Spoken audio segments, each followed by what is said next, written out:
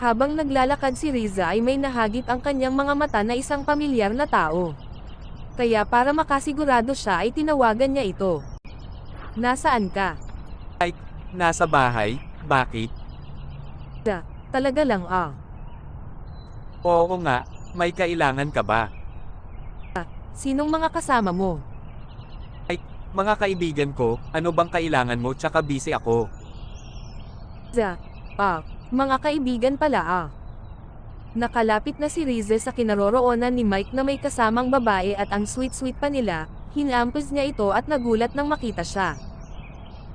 Ay, Riza, anong ginagawa mo dito? Ako ang dapat magtanong sa'yo niyan. Tsaka sabi mo busy ka. Busy ka pala sa pambabae. Teka, Riza, magpapaliwanag ako, mali ang iniisip mo. Huwag ka nang magpaliwanag, break na tayo.